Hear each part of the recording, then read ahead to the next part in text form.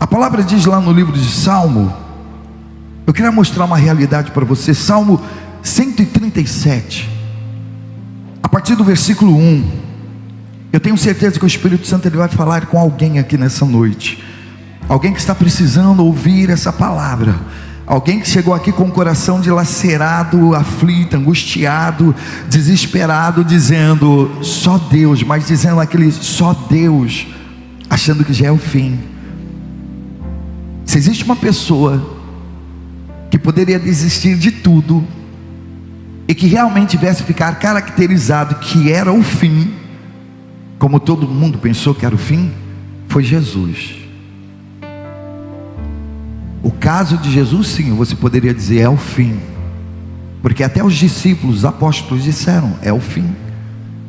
Mas aquilo que parecia ser o fim era só o recomeço de uma nova vida, de uma nova era, de um novo poder, um poder que dominaria os céus e a terra, um poder que nos daria força para combater todas as hostes espirituais da maldade. Veja, então aquilo que às vezes parece ser o seu fim, pode ser que seja somente o início daquilo que Deus ele quer fazer na sua vida. Então o livro de Salmo 137, nós vamos ler lá na Bíblia NVI, diz assim, olha: junto aos rios da Babilônia, nos sentamos e choramos ao lembrar de Sião. Isso aqui era a situação do povo de Israel. Eles haviam sido levados presos para a Babilônia, e lá na Babilônia, junto aos rios da Babilônia, eles se sentavam e choravam ao lembrar de Sião, a cidade natal, a cidade onde eles moravam, a cidade onde eles tinham tudo praticamente, tipo uma nostalgia. Você já se pegou nesses momentos de nostalgia, que você para, olha assim e fala assim, caramba, eu já tive isso, já tive aquilo outro, tive um casamento abençoado, tive uma mulher maravilhosa, tive meu carro, minha empresa, e hoje eu estou aqui, ó, à beira desse rio, por sinal o rio Amazonas. Quando você está fazendo caminhada lá, triste, chorando, achando que é o seu fim. E eles disseram, ali nos salgueiros, nas árvores dos salgueiros, penduramos as nossas harpas, tipo, não vamos tocar mais. O desânimo era tão grande que até os músicos não queriam tocar mais, pois os nossos captores, aqueles que nos capturaram, pediam-nos canções.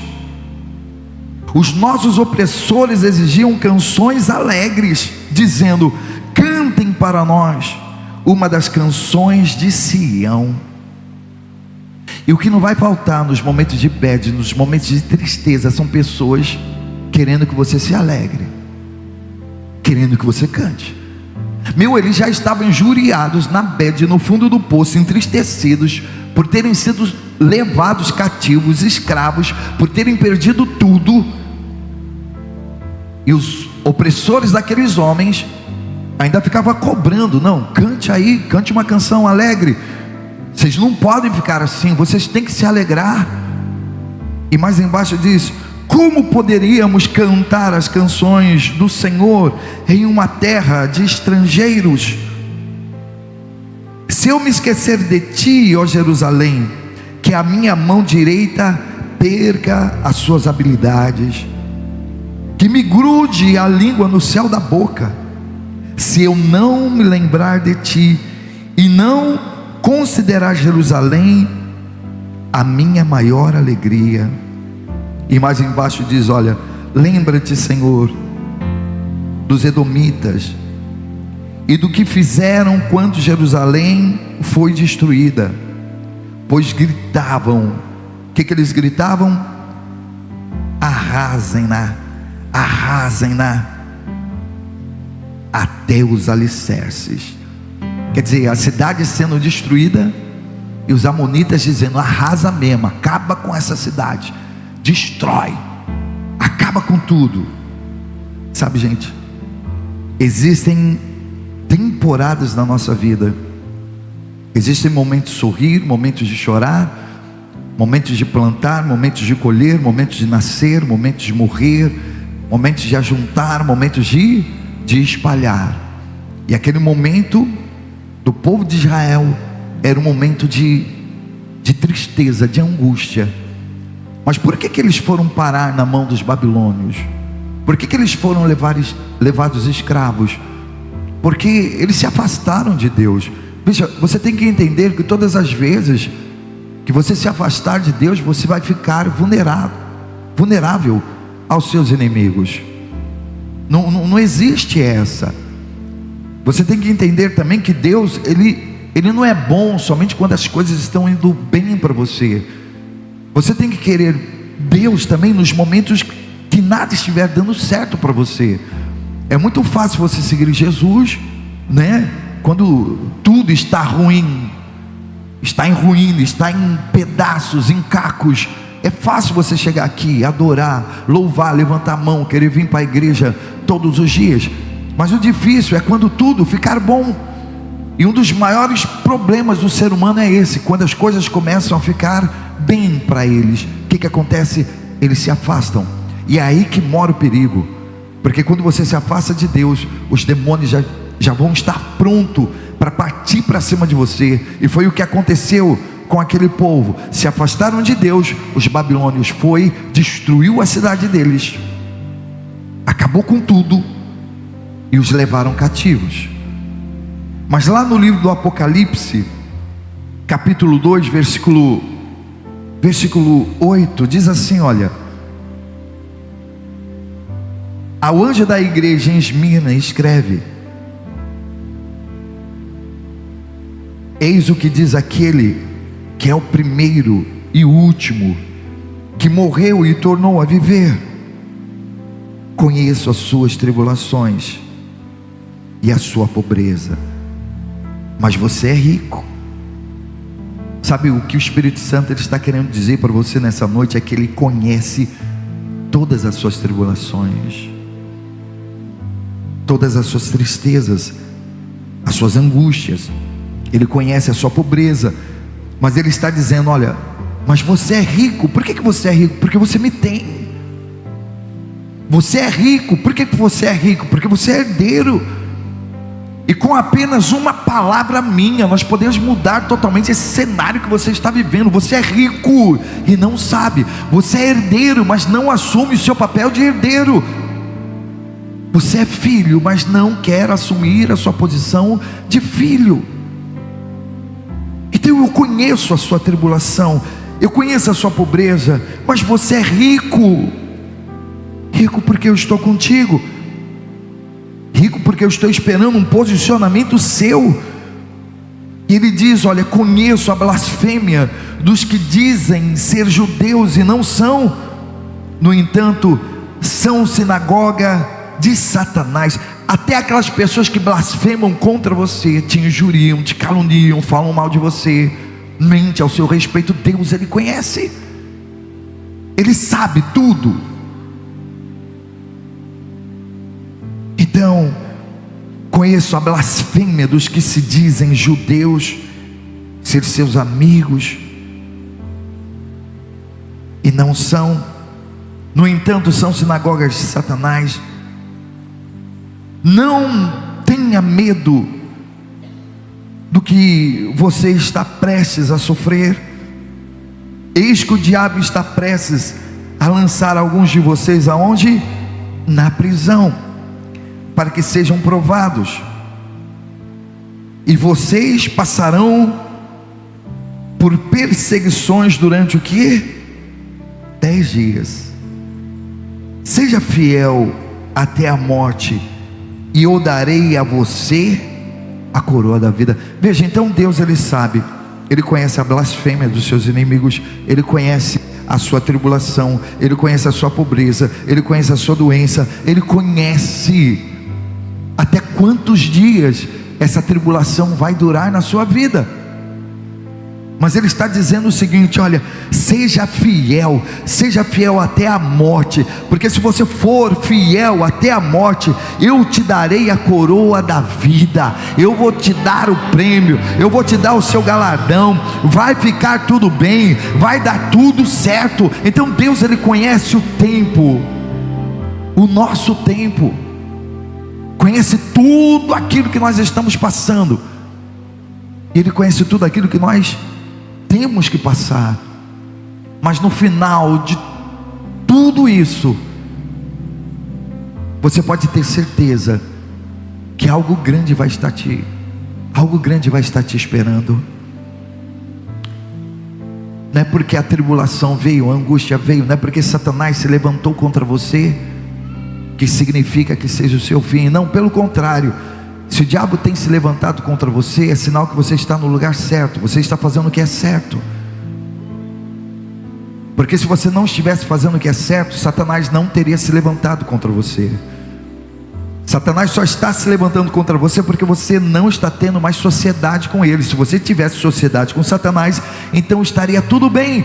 Mas como a sua sociedade agora é com Jesus, você tem compromisso com Jesus, você decidiu caminhar com Jesus, então as tentações virão, as perseguições virão, mas permaneça firme, sem vacilar, sem se deixar levar, porque nessa situação, é como eu estava dizendo ontem à noite, quem tem que desistir é o diabo.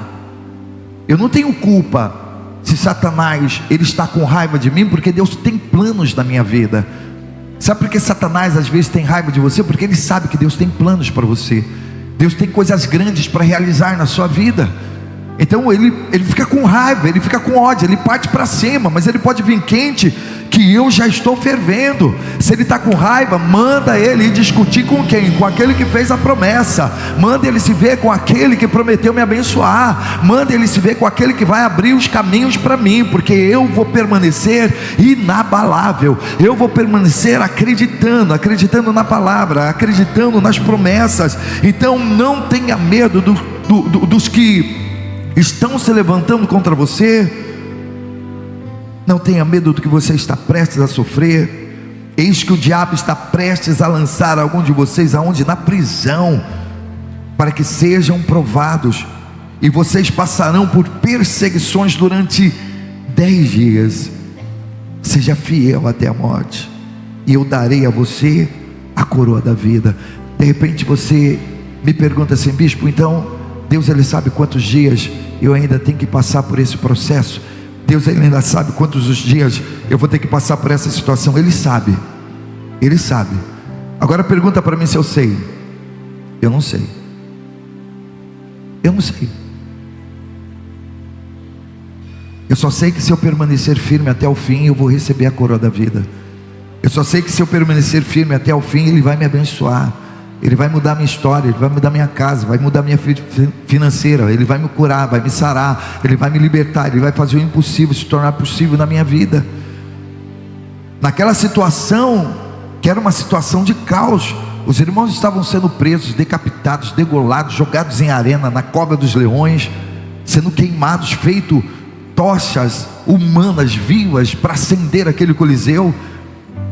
Mas mesmo assim Jesus falou: olha, vai acontecer tudo isso com vocês, mas se vocês permanecerem firmes até o fim, vocês serão abençoados. Está acontecendo tudo isso com você. Eu não sei o que está acontecendo, eu não sei o que você está vivendo, eu não sei pelos momentos difíceis que você está passando, mas a única coisa que eu sei e tenho para te dizer é que se você permanecer firme até o fim, fundado, arraigado, com as suas raízes alicerçadas em Cristo Jesus, tudo isso vai passar. Ei igreja, tudo isso vai passar, tudo isso vai passar. Se você crê na promessa, se você crê na palavra, se você crê naquele que é fiel, tudo isso vai passar.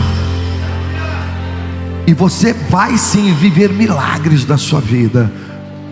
Você vai sim ver as realidades de Deus acontecer na sua vida. Você vai sim ter uma família abençoada, um casamento abençoado, uma vida sentimental abençoada. Deus, ele vai sim abrir as portas para você, as janelas do céu, e vai derramar bênçãos sem medidas sobre a sua vida. Porque lá no livro de Salmo, vamos voltar lá no livro de Salmo, Salmo agora capítulo 26, versículo 5. Salmo 26, vamos ler a partir do versículo 1 logo, vai. Porque os salmos, eles não estão numa ordem cronológica. Nós lemos o Salmo 137, mas o Salmo 137 aconteceu aquele evento antes, bem antes do Salmo 126. Esse Salmo 126 é o reflexo daquelas pessoas que não se moveram, não recuaram, não retroagiram, mas permaneceram. Esse daqui é o reflexo, é o resultado. Então a palavra diz: quando o Senhor trouxe restauração a Sião, era como se estivéssemos sonhando.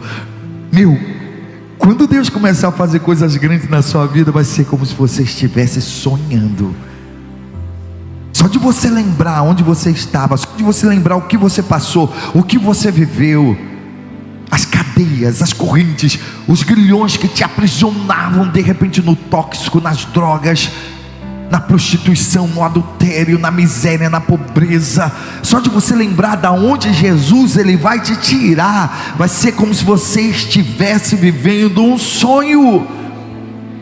Só de você sentir que Deus arrancou aquele câncer de você, aquele tumor, aquela diabetes, aquela lepra, aquela perturbação, aquela inquietação que não deixava você dormir à noite, que fazia você ficar como escravo, como louco, como aquele gadareno que vivia no cemitério, nos sepulcros, não conseguia dormir, não conseguia comer, não conseguia viver, nada conseguia, prender aquele homem, para que aquele homem viesse ter um momento de paz. Porque quando Jesus ele faz a coisa na nossa vida, quando ele nos liberta, se Cristo vos libertar, verdadeiramente sereis livres. Então aquele povo foi liberto, porque aquele povo acreditou, confiou, e eles estão dando aqui um testemunho dizendo: quando o Senhor trouxe restauração a Sião, era como se nós estivéssemos sonhando. Então a nossa boca se encheu de riso. E não era um riso falso, não era um riso fingido, que você é obrigado a dar, para mostrar para outras pessoas que você está feliz, mas na realidade por dentro você está quebrado, você está destruído. Então a nossa boca se encheu de riso, a nossa língua de cantos e alegria. Até as outras nações se dizia: o Senhor fez coisas grandiosas por esse povo. Quando Deus ele começar a abençoar a sua vida, não vai ter quem não olhe para você, não vai ter quem não enxergue que é o Senhor que está fazendo coisas grandiosas na sua vida, é o Senhor que está abrindo as portas para você, é o Senhor que está abrindo as janelas do céu para você e derramando bênçãos sem medida sobre a sua vida. É como aquela médica, ela ficou impactada com o resultado dos exames do pai daquele rapaz, porque era necessário ele tomar bolsa de sangue. Mas o Espírito Santo ele trabalha no improvável. O Espírito Santo ele trabalha no impossível. Se existe algo que Deus ele gosta de fazer, é trabalhar nessa situação difícil que você está vivendo, é trabalhar no caos, é trabalhar no deserto, é trabalhar no fundo do poço, é trabalhar na fornalha, é trabalhar na cova dos leões. É aí que Deus gosta de trabalhar, porque é só assim que ele consegue mostrar o poder dele. O Espírito Santo de Deus vai mostrar o poder dele para você, vai fazer o impossível se tornar possível na sua vida, em nome de Jesus.